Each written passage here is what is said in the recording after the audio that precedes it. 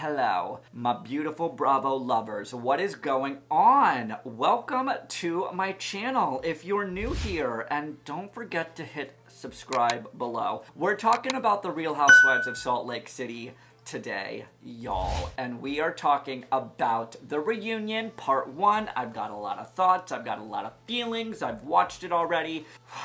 We're gonna break it all down. I just want to say this about the Real Housewives of Salt Lake City reunion. I was pleasantly surprised. Not that I was expecting anything less than an A game, because that's what these ladies brought. They brought their A game. And I mean, they really didn't have that much competition because we saw what happened over in Orange County. That reunion was no bueno. So let's talk about the Real Housewives of Salt Lake City reunion part 1. Andy brings up the thumbs up text, and he's all like, I didn't realize that a thumbs up text meant fuck you.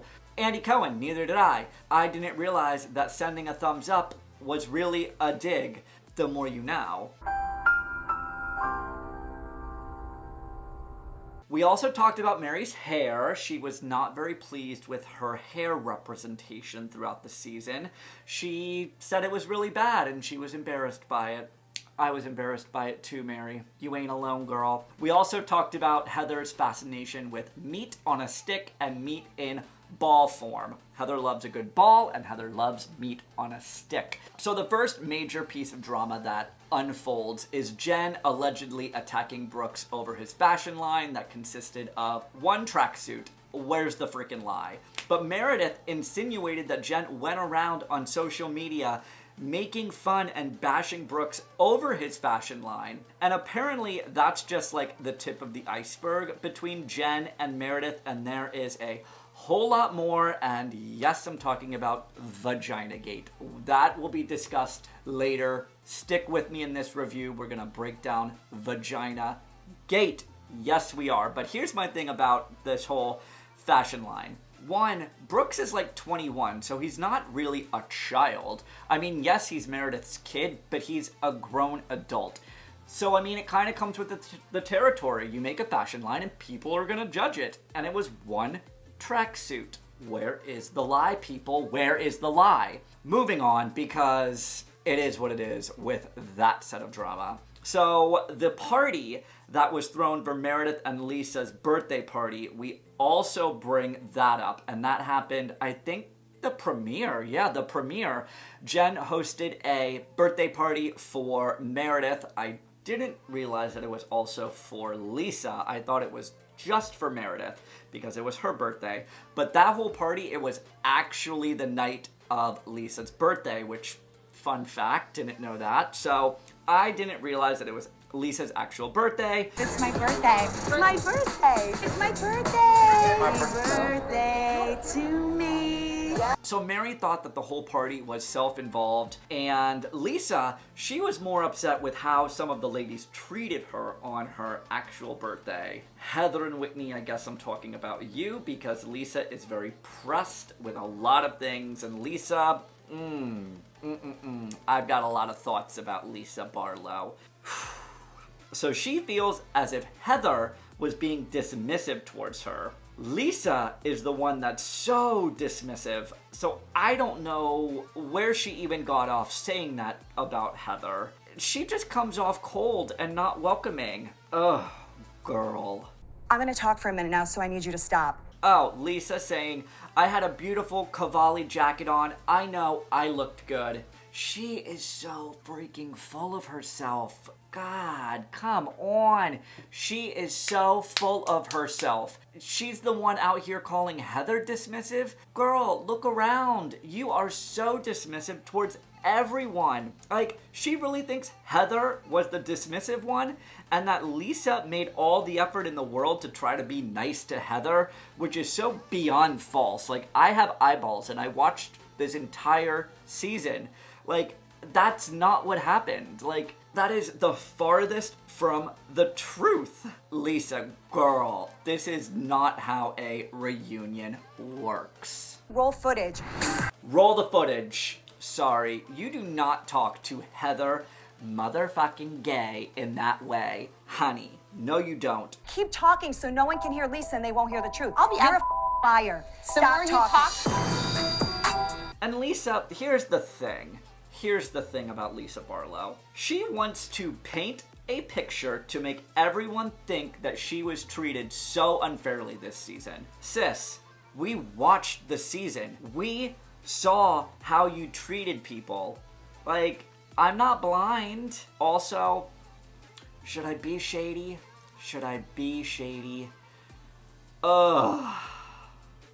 I'm gonna be shady. She needs to stop sending messages to people on Instagram telling them about all this unseen footage of there's things that we just didn't see because it was left on the production floor and production cut it out and that's not actually what happened, and insinuating that other situations happen that we just don't see. Sis, if there were other situations and more like deeper scenes that portrayed things differently that we don't know, do you think production would not show that shit? Like an unseen footage? I don't understand you. I really don't. So, sis, Lisa Barlow, 2 thumbs up. Lisa also thinks Heather is a pathological liar and tells her to stop talking.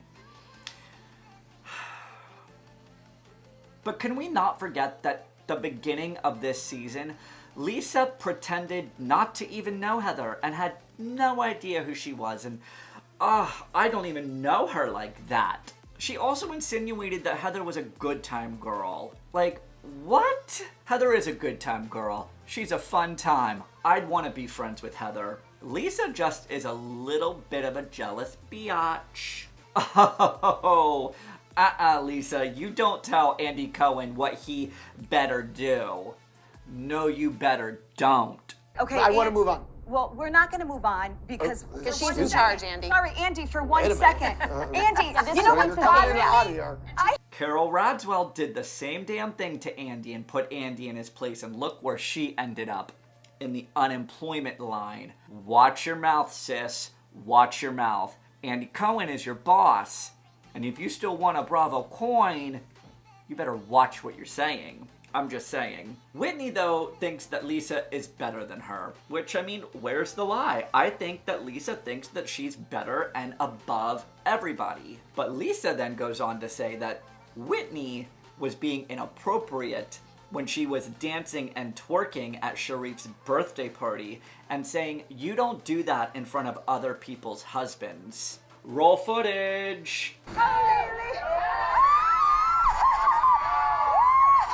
Those in glass houses should not throw stones, Lisa Barlow. Lisa just, not a fan of Lisa Barlow. Maybe my tune will change in part 2 and 3, but right now, not a fan of Lisa Barlow. So, moving on, Andy asks a viewer question about Mary's hot mess of a dress. Mary said that she loved the loofah dress because she said not everyone can fit into a Valentino dress. Okay, Mary. Okay. But I also want to touch on this moment. I don't know if y'all noticed this. I thought it was creepy AF. Mary smiling when she said that her father also recently died. Weirdo Rama. Mine did too. Yours did too? I'm sorry. Really? Yeah. Mary, I'm sorry. I didn't know that. Yeah. So now let's switch gears and talk about Jen Shah. So Andy brings up a question and asks what Jen's 7,000 assistants actually do. Valid question.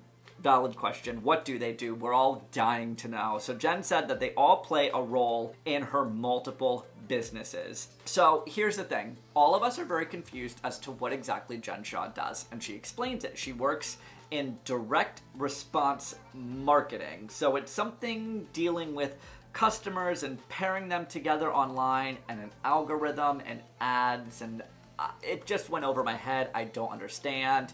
Do your thing, girl. I love you. Shah Squad, love it. So then we move on and talk about a few other things regarding Jen, and we talk about Mary. And basically everyone feels that Mary triggers Jen. I'm gonna have to agree with that. I strongly think that Mary's name, the thought of Mary, Mary, just as a person, is very triggering for Jen. Jen says it's only because of Hospital Gate and at the luncheon, but I'm gonna call BS. Jen is triggered by Mary. Bottom line. There, I said it. So then Heather pipes up because we're now talking about Heather and Jen's friendship, and Heather feels as if Jen is trading up friendships with Lisa and Meredith. Tweedledee and Tweedledum. I'm sorry, those two are like stale saltines.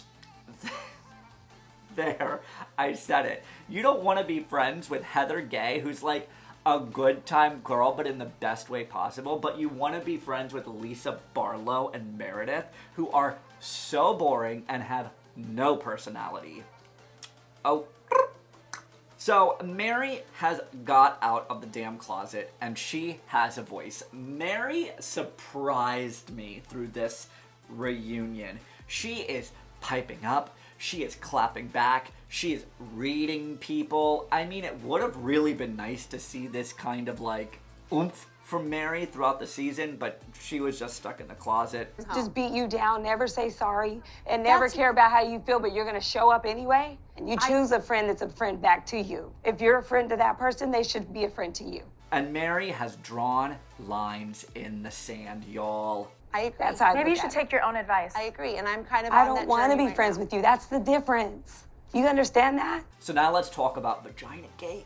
We can't talk about Vagina Gate without unloading a lot of shit. Jen thinks that Brooks was upset because he caught Meredith smoking. I visibly saw they Brooks repeatedly upset told because you he to came cover upstairs. yourself. He came upstairs and you were smoking, and he was pissed because you were smoking. So Brooks was upset over Meredith smoking a cigarette, but not Jen's WAP. Okay, I'm a little confused. Now the WAP video that Jen did before the season aired on her Instagram, it now makes sense. I get it. And Jen, did you steal this line from me? Vagina Gate? When the whole Vagina Gate came out, I see you, girl. I love you. Because of all of the Vagina Gate, apparently Jen went on the attack after the pussy flash, and she attacked Brooks on social media. So, what is Meredith upset over? The cigarette? The pussy? I don't understand what is happening here. Like, who cares? Meredith, you like a cigarette. You're a closet smoker. Who cares? I just feel like there's a huge disconnect with Vagina Gate and the whole pussy flash. Like, Jen thinks that Brooks was uncomfortable because he caught Meredith smoking. Meredith says, no. He saw your vagina and that made him so uncomfortable. And now she's saying that there was never even a sleepover because if you don't recall, or do recall, that episode, Jen was supposed to have a sleepover with Meredith. And then Meredith canceled the sleepover because of the pussy flash. And now Meredith is saying, no, there was never anything planned. Jen was never supposed to even be sleeping over. And then she brings up that Jen passed out in her bed, and that's how Jen got the tracksuit. It's a whole weird flip of the fuck. I don't understand what's happening. We have to move on. I don't know what Brooks is upset about. Get over it. Your mother likes a cigarette. You saw a vagina. It's not the end of the world, sweetie. You'll be okay. So Mary thinks everyone gives Jen a pass for her bad behavior, except for Mary. And then Lisa, she's all offended by that comment and gets all hyped up, which causes this classic Heather moment. Put your hand To up, you. please. Put your hand I'm down, putting babe. my hand up because I'm Okay, a New so Yorker, don't do that. I and don't this care is if how I you're New talk York, with I my don't care hands. if It's a you're New North. Yorker No, for 20 years. Put your hand. Put your hand. So everyone thinks that Lisa is snobby, self-involved, not very nice, but Mary, yo, best description. What And you do come missed? across, you have a stick up your butt. You Okay, do. what you missed? Lisa is cold, and she is dismissive, and she does talk down to people, and she's kind of like, you remember that scene in Real Housewives of New York, early RHONY, with Kelly Ben Simone and Bethany? Bethany, I'm up here and you're down there. That's kind of what it is reminding me of. Like, seriously, Lisa, you're rude, you're condescending. This whole thing is just way too much. Lisa, there's a fine line between being confident and cocky. I like myself. People read books about liking themselves. I just happen to like myself. There is nothing wrong You should write a with book. liking myself I and won't being read it. confident. Okay. Confidence got me where I am today. Be careful, sis. Karma has a funny way of showing up and knocking people off their higher-than-thou horse. Just an FYI. Oh my God, Mary. No, And no. There's a reason she said that, though, Nobody's Mary. talking to you. I like who you are. But Mary, check yourself, sis, because you just put your foot in your mouth. But I don't make people feel less than. No, but I see Who did you people- see me like feel less than? Jen. And who else? People at your church when I... Mary, you too also 100% make people feel less than. You did it with Jen. You did it with all the people at your church.